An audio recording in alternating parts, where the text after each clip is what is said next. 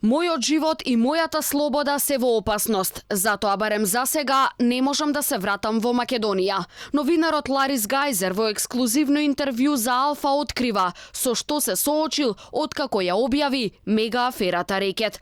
Гајзер потенцира дека мафијашки систем владее со земјата и токму поради тоа за сега нема да објави други информации. I cannot come back now to Macedonia, I think still for a while probably, because my life, let's say my freedom is at risk coming down. Everybody can see what kind of mafia system is ruling the state. And if you ask me again if we have information, well, of course we have more information. Are we able immediately to come out, as I telling the public since August? No, because we are respecting our sources, we are respecting the security of our sources, we are respecting people and their freedom.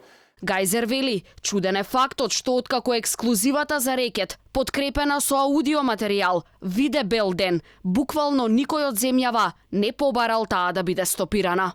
None.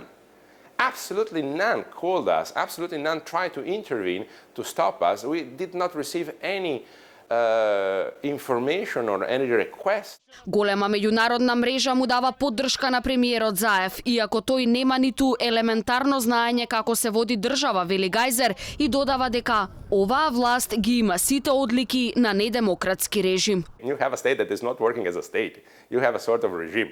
Уредникот на весникот Лаверита вели дека уште од средношколските денови почнал да се интересира за Македонија и македонското прашање и тогаш пишувал статии за земјава. Ларис Гајзер е аналитичар и професор по геополитика, кој во низа написи за италијанскиот весник Лаверита ја откри една од најголемите афери на Балканот. По објавувањето на снимките се отворија сериозни сомневања за замешаноста на специјалната обвинителка Катица Јанева во рекетарската мрежа на Боки 13 и бројни македонски бизнисмени, а очигледно со знаење и најверојатно со директна помош на истакнати македонски политичари од власта.